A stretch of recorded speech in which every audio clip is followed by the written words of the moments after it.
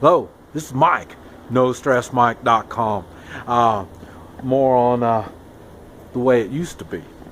And what I want to talk about is fun. What did the young people do for fun back in the 50s? And maybe a little bit of the 60s. 60s is really my time, is really in the 60s.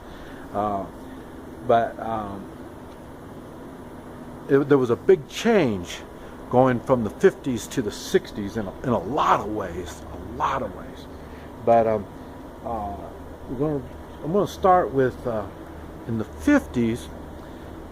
You got to remember a lot of these people were from World War II vets, and if they didn't have kids, they were out running around. And so if they didn't have kids, that would have made them in their 20s.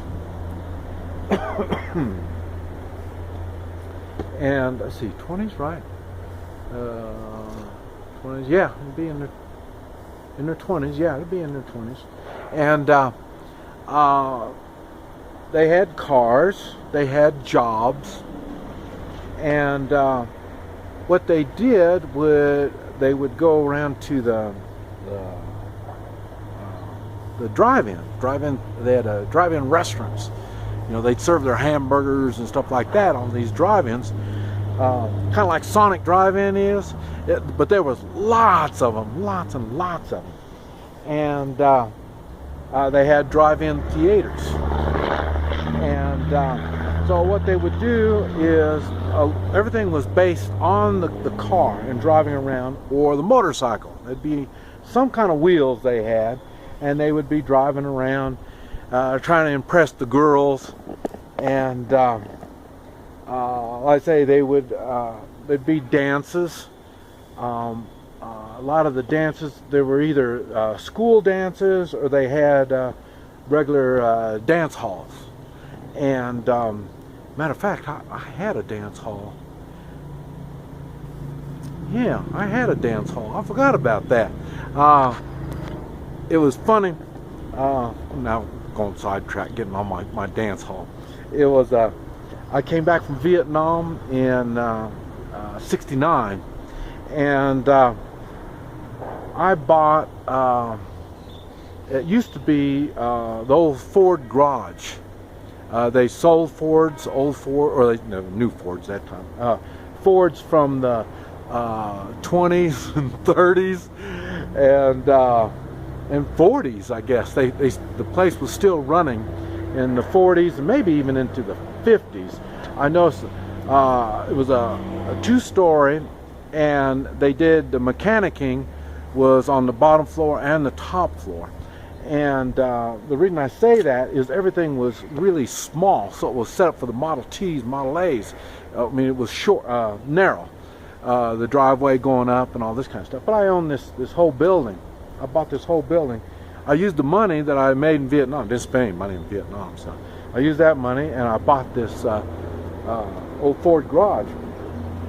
In the showroom, I made a dance hall out of it. And it was funny when I bought it. I bought it with the intent to put a bar in there, and they got a city ordinance. You can't have a bar within so many feet. I want to say 200, 300, or 400, 500 feet from a school.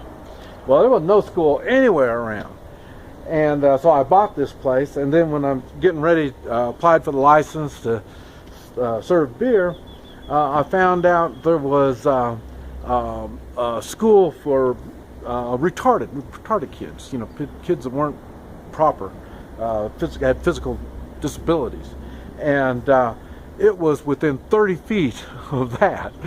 So I thought, okay, well, I already own the building and all this, so I went on and made a dance hall out of it.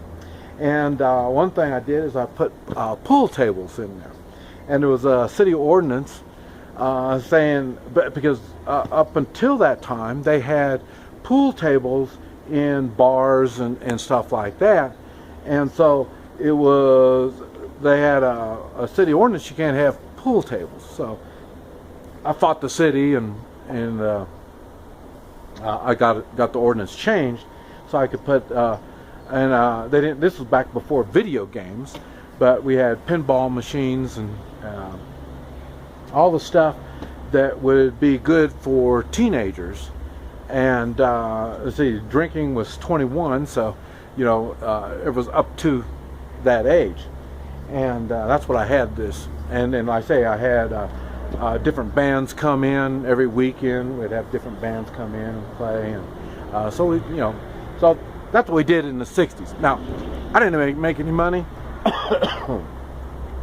and the racial problems, it got really bad. So, I mean, I was ended up having to do a lot of fighting and cleaning the place up. So it really didn't work any good. And that was at the end of the dance halls. Really, they did their thing. Really was in the 50s. And like I say, this was in '69 when I had mine. So I was late on that. So. But I say in the 50s they did a lot of dance halls, and I say they'd be riding around and stuff like that, chasing the women. That's what they always do. You always chase the girls. So they were doing that. In the 60s, like I say, there was going through a change. In the 50s, drinking beer and stuff like that was the big thing. In the 60s, it started coming in with smoking marijuana and drugs, LSD, and all this kind of stuff started coming in the 60s. And it's basically, I think it's the same thing now. It becomes a fashion, a style, and that's the way people would do things like that. And so in the 60s, let's see, it meant I was on the motorcycle. I know, so I was probably about 13, 14 years old, and like I say, that's when my introduction to drugs and marijuana and all that stuff. I didn't do any of it. Like I say, I've never been much of a follower. I'm not much on getting in line with everybody else. I've pretty much been an independent thinker all my life, so. I observed them while they were doing their drugs and smoking their marijuana and stuff like that. I say when I was 12, 13 years old, maybe 14. And so that'd make it in the 1962, 63, something like that. And like I say, that's when it was really starting, and a lot of the, to be hip, to be like everybody else, they would do that stuff. Well, I'm not a hip kind of guy, so. But anyway, I would watch them and see what was going on, and that's where there was starting to be a lot of. That's where I'm aware of when the gangs really started coming together. They had like the Black Panthers. They weren't really Black Panthers, but they were wannabe Black Panthers, and they were black folk that come together, and like I say, they would use guns and violence, and they would start doing that. They would be fighting the police, and like I say, I'm not black, I'm not white, so you either hated me or you liked me. Either one, the blacks or the whites, they either hated me or liked me, one or the other. And so, but I say, so in the 60s, it started changing to bigger groups. Instead of, your friends, 2 or 3 or 4 of you, it started turning into, I say, 10, 15 bigger groups. Now, maybe they did that for their own personal safety. I don't know. I didn't belong to any of those groups either. So, so like I say, I would visit these groups but I never could get part of them. I say I'm not a follower, so and I'm not a trendy kind of guy. So, but like I say, I could see it happening, and like I say, when it comes to and like I say, they'd still be doing the drinking, but like I say, they would add all the other kind of stuff with it. And then I noticed that's when and Vietnam was kicking in pretty good. about that time, you know, like I say 63, 64, 65, it really started coming in more and more. And that's when the free love and people started protesting the war and stuff like that. And right back to, I'm kind of naive. I was still under the impression our government liked us, you know. So, and I say so. I went in I was 18 years old. I went in '67, and I say at that time, I mean and this is what I'm saying about the free love. When people are dying, when there is war, that brings people together somewhat. A lot of people would get married stuff. Now me, I waited.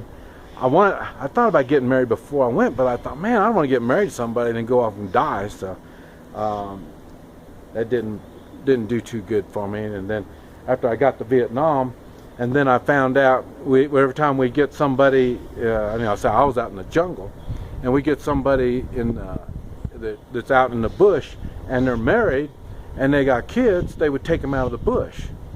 And I said, well, what's the story on that? And they said, well, you know, he's got wife and kids. And I said, well, I want to have wife and kids, you know, so what? It's okay for me to die and he can't die?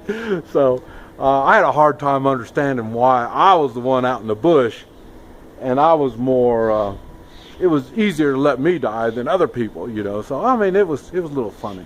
But like I say, I noticed one thing. You had, when you know you're in you're that far from death, you appreciate life and living more.